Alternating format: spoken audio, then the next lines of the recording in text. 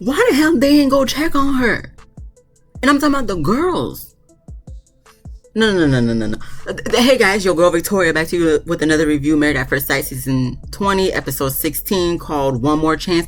No, we don't need one more chance. All these people need to leave. All these people need to separate, divorce, all that stuff. But what my question is, why the girls, they all went upstairs and they didn't think of checking on Tori? And they even realized like, oh, Tori's not with us, but so nobody was gonna go in the room and check on her? I know you heard Felipe saying, why you keep my different reception? Y'all heard that shit. And y'all didn't think to go check on her? Not once?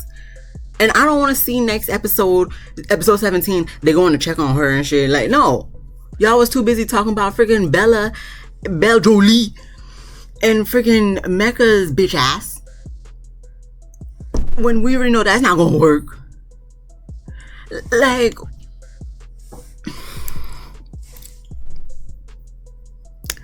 well, at least I don't think I'm crashing out too much in this episode. But I guess it might be next episode, because if Mecca even dare to ask Belle Jolie to get a boob job for his ass, I'm going off next episode. 1 week into decision day, okay? So Adam and Marissa, they talk in the car on the way home from the group dinner. He feels vindicated because he called Sean out.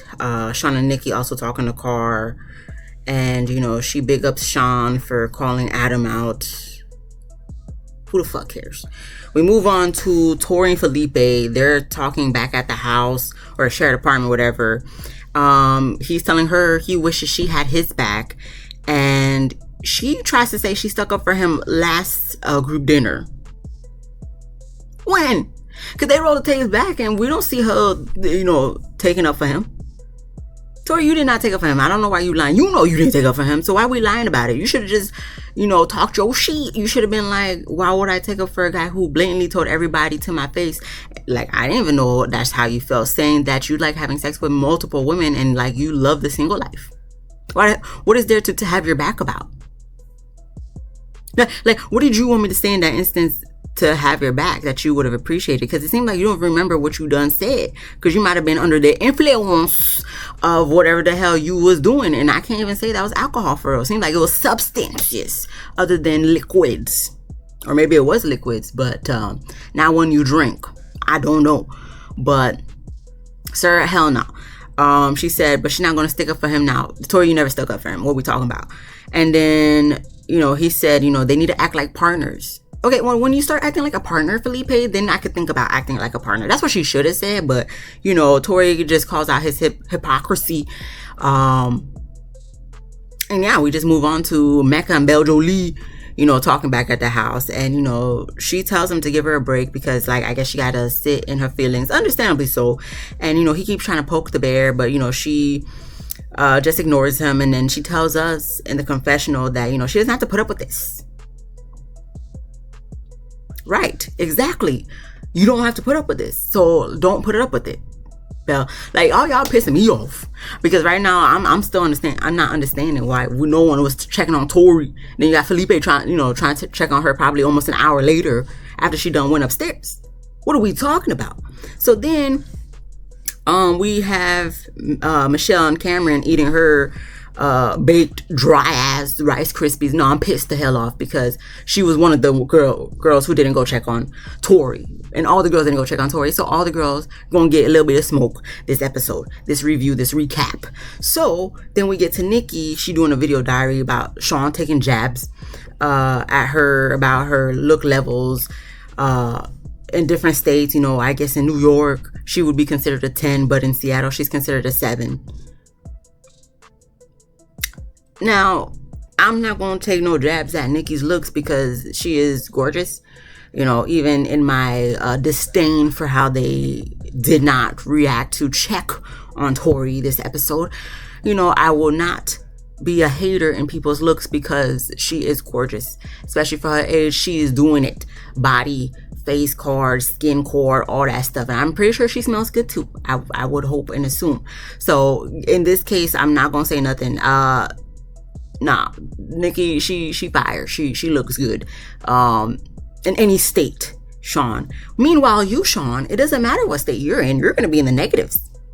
Don't do that. Don't be trying to talk about people's looks, Sean, when you looking the way you look. You, out of all people, should not be talking about nobody's look, especially on this damn show. Sean. Even in some moments, annoying ass Courtney look better than your ass. And that says a lot. That's me doing my best to not talk shit about Courtney, because I can say so much shit about Courtney. But even in the midst of me wanting to talk shit about Courtney, I can acknowledge that, you know, in certain areas, you know, face-wise, she's pretty.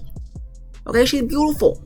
Versus you, Sean, and a lot of wises, face chord, body chord, a personality chord, height chord, all that stuff chord, you would be in the negatives in all 50 states of the United States of America, and then probably even further down and outside of the US, internationally. So Sean, before we want to talk about people having different levels of different states, you know, let's do some self-reflection. Let's look at ourselves. So where would we measure in that, you know, category in different states? Because we know you ain't no 10 nowhere. Okay, I'm surprised if you even make it past the 0 spectrum to go above 0. Sean, don't play with me. You're not playing with me. You playing with Nikki, but like don't do that. Now, you know, Nikki, she gonna get a little smoke. You know, she has gotten some smoke, you know, from my recaps. But you, Sean, out of all people, should not be talking about nobody's looks. Okay. So then we move on to Kaylin and Devin having lunch, and I skipped the part where Devin visits Felipe in the gym, and Devin lets Felipe know and lets us know that, you know, him and Kaylin haven't kissed since the honeymoon.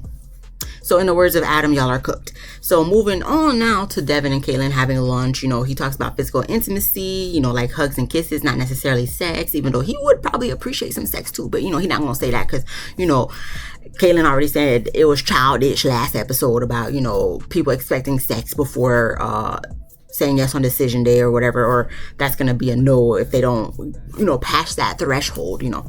And she tries to make some excuses. Did I, you know, remember what she said exactly? No, because I know it's all bullshit. So, you know, Devin says he wants to make it work. I'm sure you do, Devin. Should you make it work? Probably not. But, you know, Caitlin says, you know, to us in the confessional that the retreat is the opportunity to connect more physically and intimately. If you haven't done it thus far, Kaylin, I don't foresee you doing it on the retreat, or maybe you're going to do it for the cameras because, you know, everybody else is there to make it seem like you're actually improving and trying when we know you're really not. So then we have Nikki preparing mac and cheese. I guess her mom's recipe for Sean. He tries to says, you know, he was sitting on the counter with his funky ass, watching her, but then say he gonna go take a shower real quick. Okay, we'll see you in 2.5 seconds, Sean. So then she calls her mom to try to get, you know, help on how to make freaking mac and cheese, or the mom's recipe. And, you know, he comes back in 2.5 seconds. And, you know, she's like, oh, by the way, since I'm on the phone with my mom, you can say hi to my mom.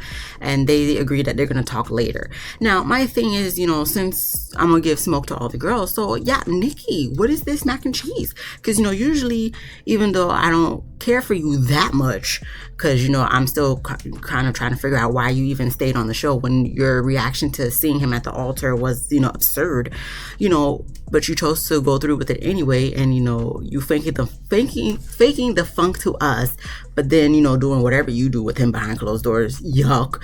But at the same time, you know, usually I would have smoke for Sean talking shit, but in this case, when he finally tried your mac and cheese and was to say, oh, yummy, but then telling us in a confessional that, you know, what he said, oh, it's okay, so okay, it's better than terrible, then it's like, yeah, it's probably okay, because you probably didn't put enough seasoning or, you know, enough oomph. You did express that you didn't have enough milk and all that stuff. So my thing here to you, Nikki, is you didn't check on Tori. that's really where my, disdain for you is. Not really so for Sean, even though, like I said, at this point, I'm not sure why you even decided to go through with it when we know you ain't attracted to that man for real. But, you're going to do what you do, and I'm going to do what I do and judge your mac and cheese, because as a person who loves to make mac and cheese, as a person who likes ooey gooey cheesiness, who puts her foot in that her mac and cheese, not literally, figuratively, okay? Like, not literally. But, yeah, I haven't tasted it. I mean, it looks done, it looks probably better than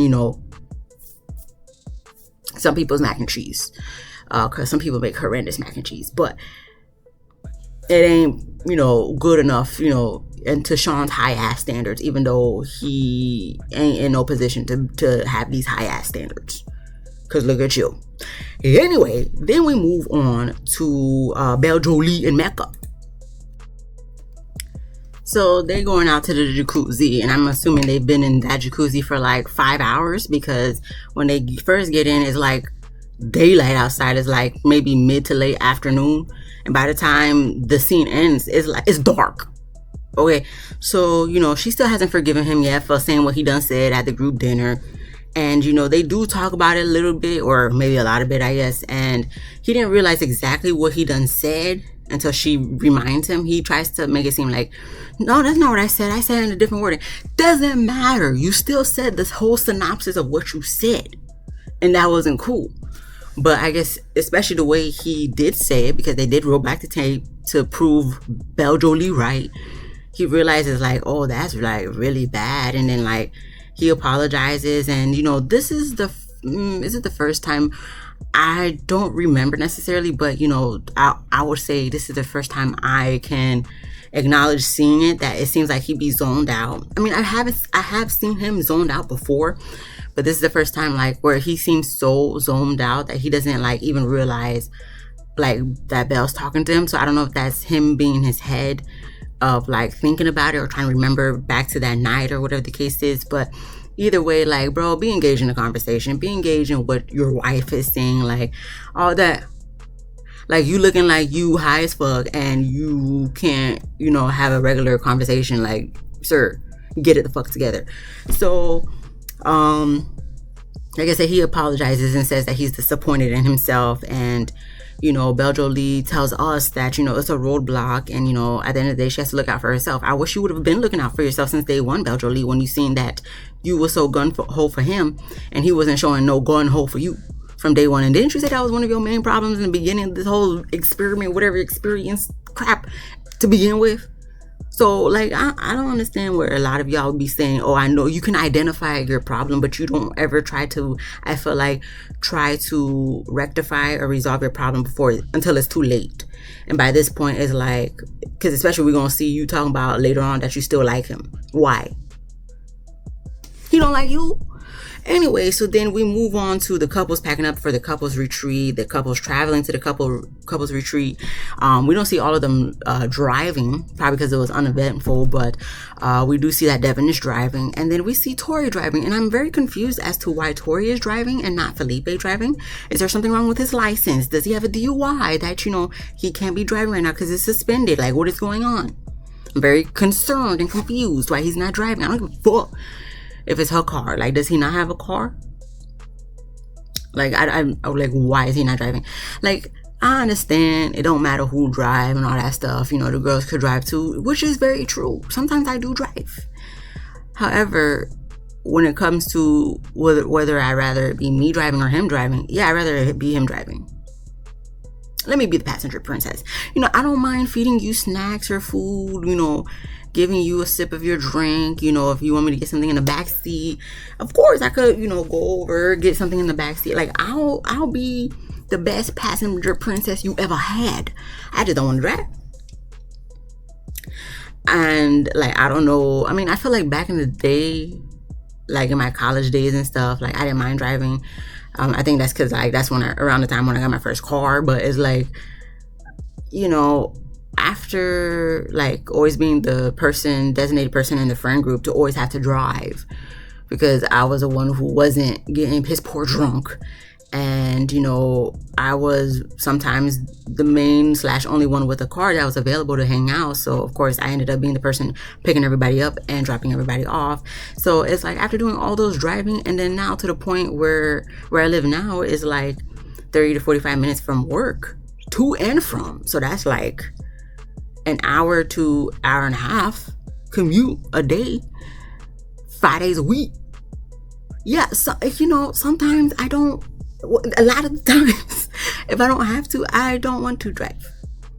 Now, is it Victoria Express when I'm driving? Of course, yeah, it's Victoria Express over here. We're going to get to our destination as quick as and safely as we possibly can. But, if I don't have to drive, I don't drive. Especially if me and him, preferably he drives.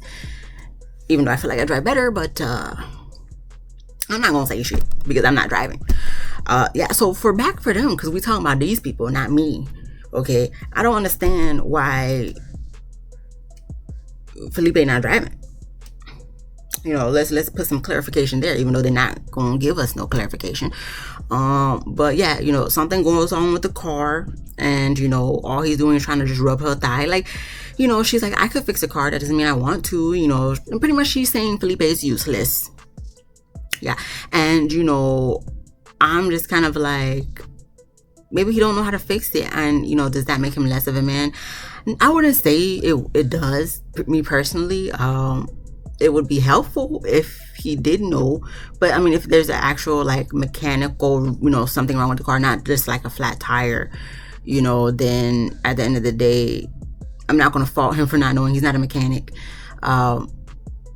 Can a lot of guys know basics? Probably, but again, if it's not like a tire thing, because I would hope you know how to change a tire. Like, if I know how to change a tire at this point, you need to know how to change a tire. Okay, like that's basics. But as far as there's something going under the hood, what are we talking about here? So they had to get it towed, and then I guess get a lift or whatever to the retreat. So but yeah, he just tries to console her and stuff, which is like, I'd rather him do that than just do nothing, so at least that's something. Tori? No, not happening. Okay. So then we move on to the couples starting to arrive at the house. First we have Cam, Michelle, and Dev and Caitlin. They all arrive there at the same time, but separately, but at the same time. Then Mecca and Belle Jolie arrive, and then it's Adam and Marissa, then it's Tori and Felipe, and then lastly we see Sean and Nikki driving on the way there, eating a burger, chips, talking about the couples. And Sean actually made some good points, especially in regards to Michelle, like in Cameron, and how she expressed of all the things that she wanted in a husband, as far as his salary and qualities and stuff. And it seems like Cam don't really have those salaries and qualities, which he did express. And because Michelle's a lover girl, she just gonna take it, which is pretty accurate. Sean, like I said, Sean don't be lying per se in some aspects, clearly, because we know he be lying, because he be saying he don't say nothing when he really be saying something, because they be rolling the footage back and proving that he said it when he's saying he didn't say it. But at the same time, maybe in regards to internally, he can't be accurate, but externally, in regards to people and their personalities or their way about going about things, seems pretty accurate. Like I said last recap, his delivery may not be the best, but he be talking some truth. Now, in regards to looks, we're not going to talk about that. This is where I think the delusion kind of ties in regards to looks, because he be talking about girls like they ain't a 10, they ain't a this, or some are a 10 but they don't got the buen not a 10 but the body a 10, or vice versa, the body a 10 but or vice versa, where the buen is a 10 but the body not a 10. So what about you, Sean?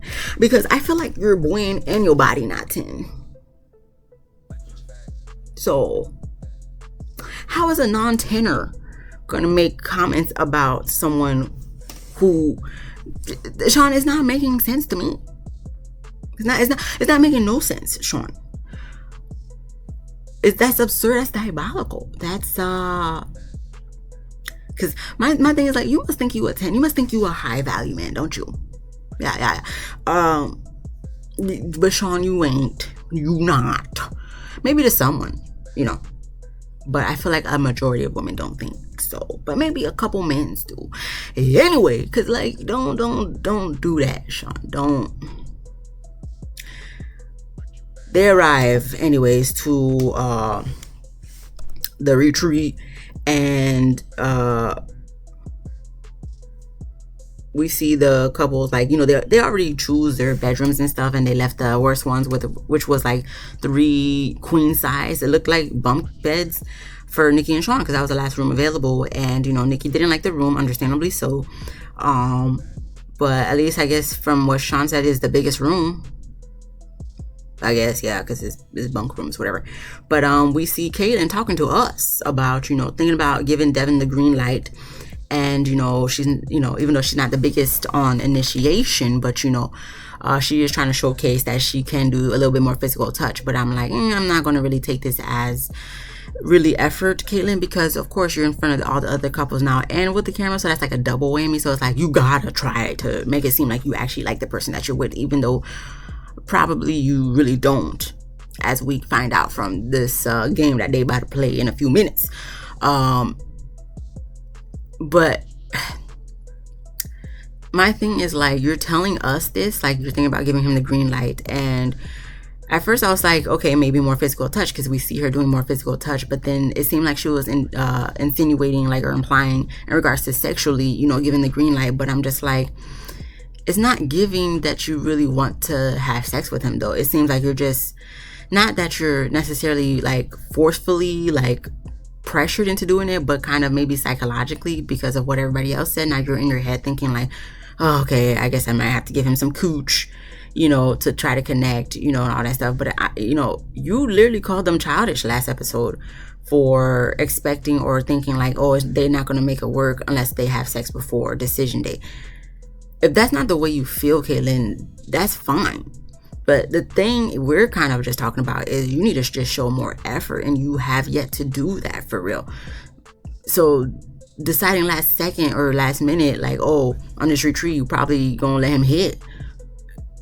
That's not what any of us are saying. Like, and my thing is, like, if you were like Adam and Marissa, who like willingly and like just wanted to get it in and all that stuff, hey, if that's what y'all want to do, cool beans. But in this case, it seemed like you never really was trying to do it for real. So now that you're talking about giving him the green light at the retreat, just to, I guess, shut everybody up. You didn't say that word for word, but this is what I'm feeling like, the vibe. Since, you know, take a shot for every time they said vibe in this episode. You're going to be drunk.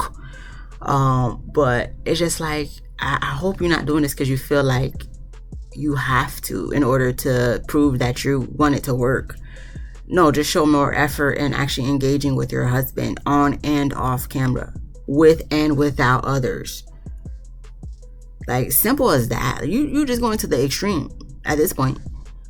But that's up to you, Kaitlyn, whether you open your cooter counter for Devin.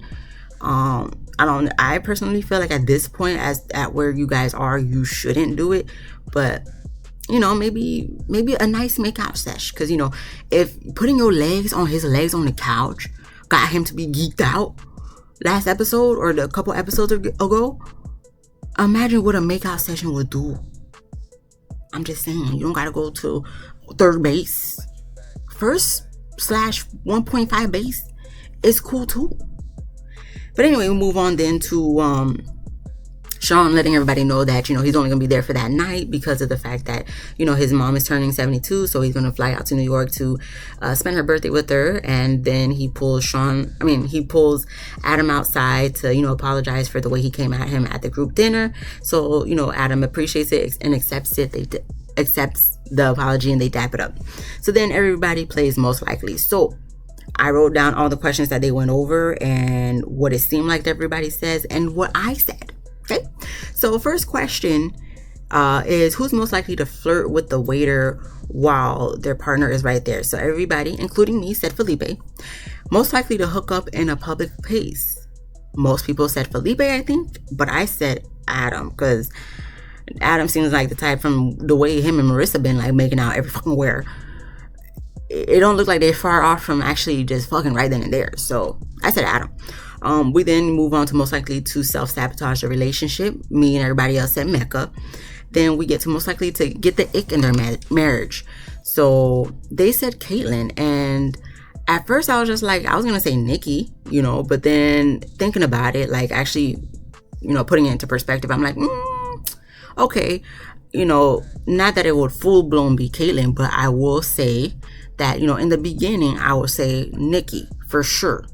But then as the season's going on and, it's seeming like Nikki likes to still kisses Sean from time to time at least. And Kaitlyn don't, clearly. Later on in the season is Kaitlyn. So it starts off Nikki, but then transitions to Kaitlyn present time, I guess. So then next one is most likely to offer, I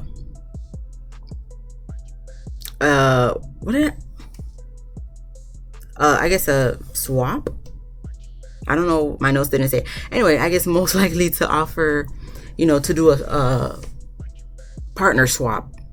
And everybody said Kaitlyn. I actually said Courtney because we know she gung-ho for Adam. And, Devin didn't like that and said, he don't like these type of games because they stir the pot. Devin, you only mad because Kaitlyn is the person that they're saying that they would do a swap. So it's kind of like coming on you thinking internally like, dang, she, people think she don't want me. Yeah, she don't. Devin, you've been telling us since like week 1 how she don't want you. So if you keep telling us how she don't want you, and per Adam's words later on in the episode, they see that she don't want you, yeah, they're gonna think she don't want you. And I guess he didn't like the fact that she was lying and said, just, it's a game, let's not look too much into it, because I guess she was giggling and stuff. And yeah, it's probably true, Devin. It's okay. You'll be all right. You will suffice. Then we get to most likely to get caught lying about where they were last night. Me and everybody said Felipe. Most likely put their foot in their mouth. It seemed like half of the people said Mecca, half of the people said Felipe, but I'm on the side that said Mecca. Most likely to never be ready for marriage. Everybody said Felipe. I said Adam.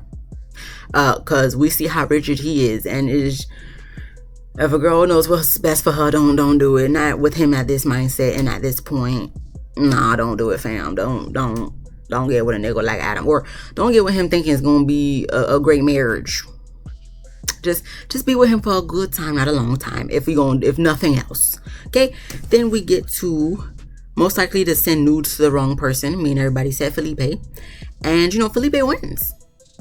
So he gets the trophy. He does a piss poor speech. Tori's looking like she's practically in tears at this point, and she goes upstairs to her and Felipe's room. He never goes checks on her. The girls never go check on her, and I am utterly pissed. The girls even make mention because they go upstairs to Nikki and Sean's room, and they talk about like, oh yeah, where's Tori? We're missing one girl. So you notice you're missing one girl, but you don't go to check on the missing girl. Because what's she gonna do? Stay downstairs with the guys? No, obviously she by herself. Why are we not going to check on her? And I don't want to hear no bullshit about, oh, the cameras that I don't give a fuck. I can only go based off what they show me. So you should know by now, we're only going based off of what we see. And based off of what we see, nobody goes to check on Tori until Felipe goes to check on her like an hour later. Okay. So, we mostly talk about Becca because, she talking about, even though Mecca be put in, BelJolie. I keep saying Becca because they done make me say Becca, but BelJolie done said, even though Mecca puts his foot in his mouth, she still likes him.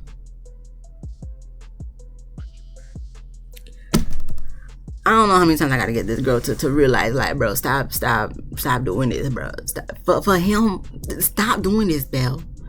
It ain't looking good for you, fam. It is not. I keep trying to tell her, you doing too much for this nigga.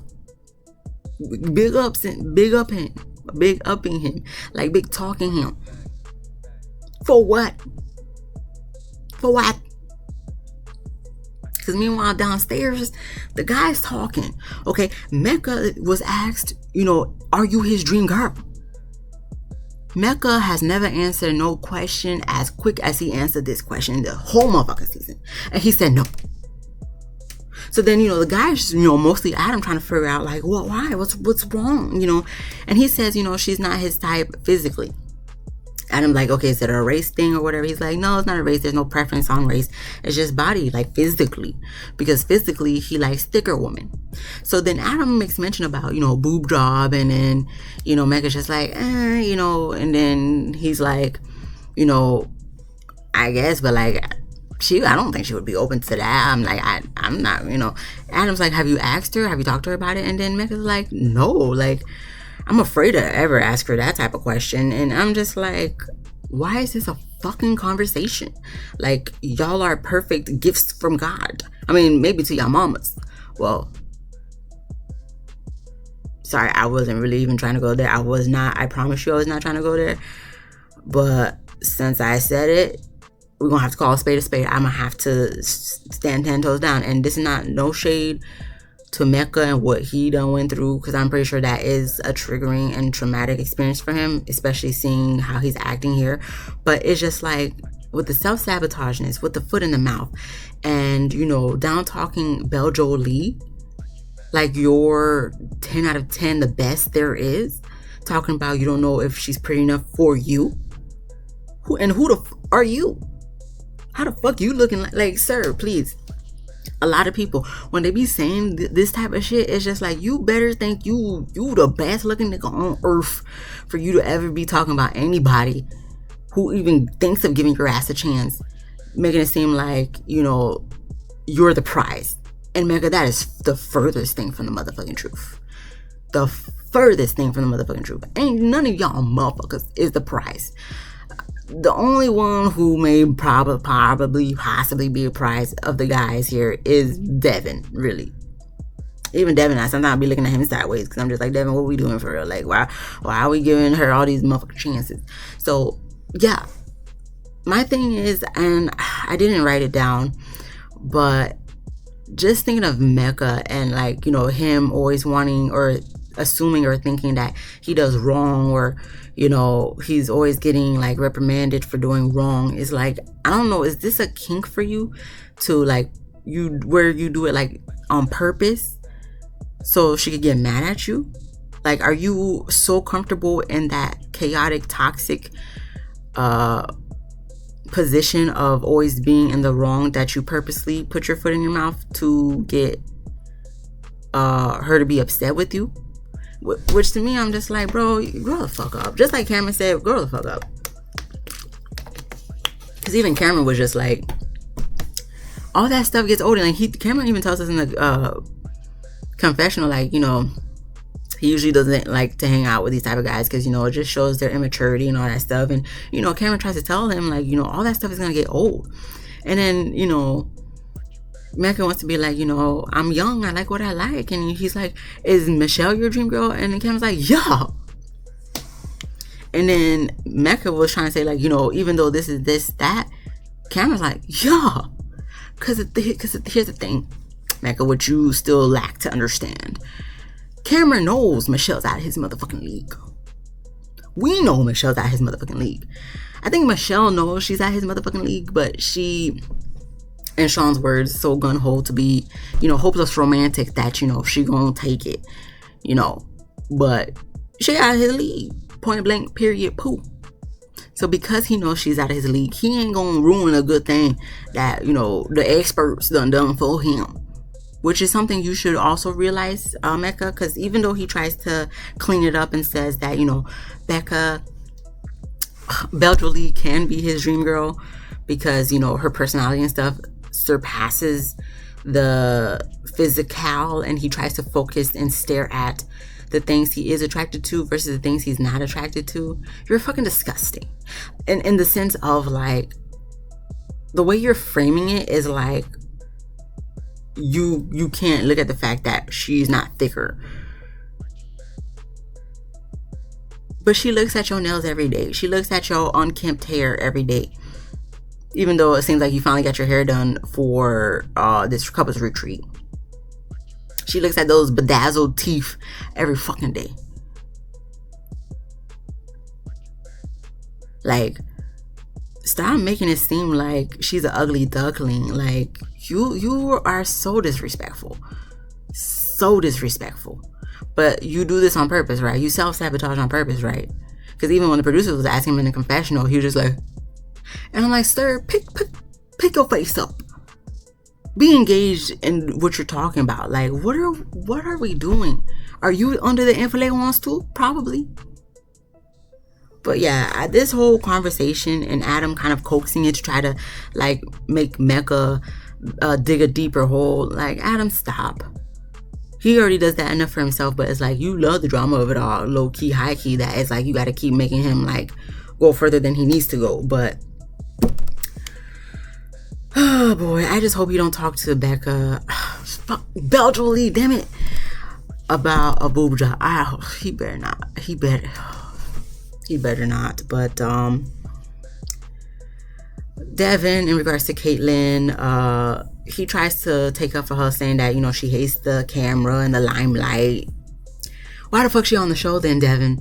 Adam calls that bullshit and says, you know, when they was hanging out without the cameras as a group, she still wasn't engaged. She was too busy looking at her phone, not really caring what Devin was doing and all that stuff. So it's like, Devin, stop lying. They see it, we see it, you see it, she sees it. That's why she's trying to act better now that y'all in front of the cameras again. And definitely, especially since y'all in front of the group. Because she's not trying to be the weakest link. Okay, so then we get to Felipe. He goes to check on Tori, and this is where I'm just like, the girls have yet to still check on Tori. What the fuck? Because he walks into the girls' room where the girls are and walks right back out because he don't see his girl. So then he goes to where Tori is, and you know, they kind of just go back and forth because nobody's understanding each other. Her thing with him is just like the way everybody kept saying it's Felipe for all the bad questions of the game, and the fact that he kind of just like laughed it, like took like, I guess, great triumph in like being the slut of the season or of the crew. And he's just like, well, you know, I'm just playing along, but like I'm not taking them seriously. Because for him, to her, it's like, why does them, you know, keep pointing at me bother you so much? Like, I don't care about their perception. I really only care about your perception. But her perception is their perception. I think that's what you're not understanding, Felipe. And I guess for him, it's just like, he always kept saying this, but I think it's really apparent in this moment, I guess, where he wants her to have his back, which I can understand why. But at the same time, Felipe, how do you expect someone to have your back when you literally in front of their face and in front of everybody else talked about how much you like having sex with multiple women? That's what she was trying to say, like, if you were in my shoes, like, how would you perceive that? And he tried to make it seem like, you know, like nothing, which a lot of people do. So at this point, sometimes that's not the best maneuver to try to get them to see, because they're still going to see it their ways, because it's not happening. Because the thing is, if you were in my shoes, there are people who can empathize and like look at it from your perspective. But in this case, like Felipe, he's not going to see it from your perspective unless if he is in your perspective. So I think there was just a lot of miscommunications, because then she starts crying. You know, he's getting frustrated because he's just like, I don't know what you want me to do and stuff like that. And she's like, oh, I wanted you to have my back, you want me to have your back, or whatever, something along those lines. She don't say that word for word, I'm just paraphrasing, but it's just like, at the end of the day, she low-key, high-key breaks up with him, and then he goes downstairs looking all shocked and stuff, and she's still crying in the room. Girls are still not checking on her, so that's why it's fuck all the girls this episode, except for Tori. I mean, it might be kind of low-key fuck Tori too, like not in no disrespect manner, but it's just because in this case, Tori, you should have elaborated, because it's just like, it's not just the fact that, you know, everybody thinks of him as a slut. It's because you're just frustrated because he acts like a slut. He portrays himself like a slut. He disrespects you and, you know, says whatever the fuck he wants to say, like a word fucking vomit, saying he likes to sleep with multiple women, and never makes it seem like he's decisive about wanting you yesterday, today, and tomorrow. And also the fact that you don't feel like he is a manly man that's taken up in his husband role that you need him to, and that you feel like you're gonna have to do everything for him like his mom and sister does. Like, there's so many aspects, like even after you said, per your words, you initiated sex, and after the sex, like, you felt so engulfed and felt like you need to leave. Like, there's so many aspects of red flags that you even express, not only to us, not only to, you know, the experts, not only to the girls, not only to your sister. Like, you have shown a lot of red flags and hesitation in this relationship, which is valid, Tori, but if you expressed it to everybody, but you have yet to fully express that to Felipe. And that's probably where the confusion is coming from, because he's probably thinking like, so you want to just end it because of a game? But it's like, no, it's because of everything combined. And maybe the game was like the straw that broke the camel's back. But in that case, Tori, you need to elaborate on that. So it's just like, I mean, he looking distraught, but I'm like, are you distraught for real? Because, sir, what were you doing to showcase that you was really in it for real? I can't watch episode 17 right now. I gotta go to sleep. I got work tomorrow, but anyway. Let me know your thoughts on this episode. Bees, Lemon Squeezy. I'll see you guys in the next one. Peace.